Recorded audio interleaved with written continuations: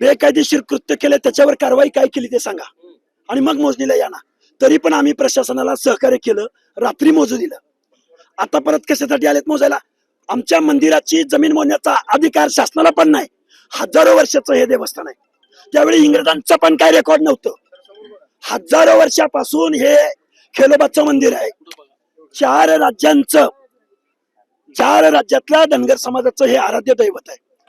तुम्ही मंदिराच्या गाभाऱ्यात जाऊन मोजणी करताय. आमच्या मंदिराला काही पावित्र्य नाही, आमच्या देवाबद्दल काय असतायत की नाही? तुम्ही रात्रीच्या 12 वाजता मोजणी करताय. मुख्यमंत्री महोदय हा काय आहे? अरे बेकायदा कृत्य केलं त्याच्यावर काहीतरी कारवाई करा ना. महाप्रश्न सुटणार कसा सुटणार म्हणजे? पहिल्यांदा बेकायदा कृत्य अरे छत्रपती शिवाजी महाराजांचा पुतळा मंदिराच्या प्रवेशद्वारावर बसवलाय, तो सन्मानानं स्थलांतरित करा आणि मग जमीन मोजायची.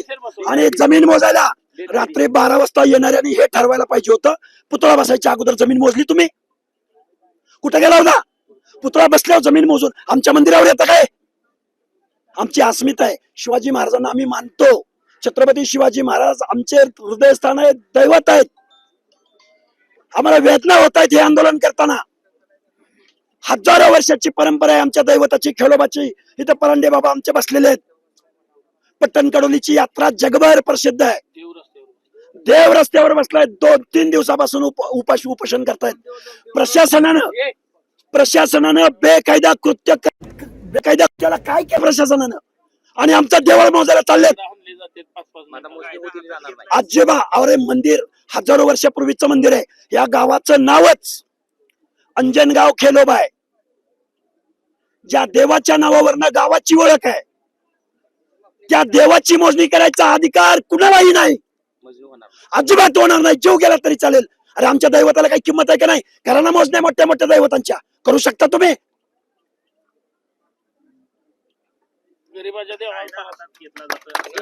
कायदा हे काय कायदेशीर आहे का? मग पुतळा बसवला तो कायदेशीर आहे का? दगड हल्ली जात आहे, शिवीगाळ केली जाते, आम्ही काय हातात घेतो? आम्ही शांततेने आमचा देव इथं बसलाय. आमचं आंदोलन जोपर्यंत छत्रपती शिवाजी महाराजांचा पुतळा सन्मानानं पावित्र्य राखून जोपर्यंत स्थलांतरित होणार नाही. गेले 3 दिवस प्रशासनाचा अनुभव आम्हाला वाईट आहे.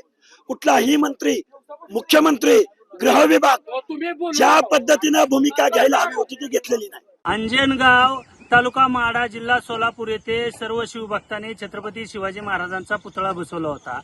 आणि सोलापूर जिल्ह्याचे अधीक्षक SP साहेब यांच्या मध्यस्थीने असं ठरलं गेलं, मराठा धनगर समाजाचा वाद होऊ नये म्हणून, की छत्रपती शिवाजी महाराजांचा जे पुतळा आहे हे काही तिथं दलाल गेलेले म्हणत होते की ही मोजलं पाहिजे.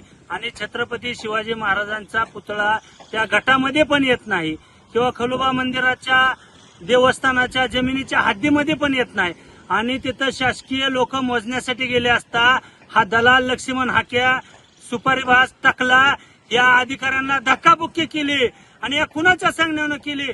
त्या लक्ष्मण हाक्यावरती 353 दाखल करून तत्काळ अटक केली पाहिजे. अन्यथा महाराष्ट्रामध्ये तुम्हाला सांगतो याची दादागिरी खपवून घेणार नाही. आणि उद्या आम्ही हजारोच्या संख्येने अंजनगाव येथे कूच होत आहे.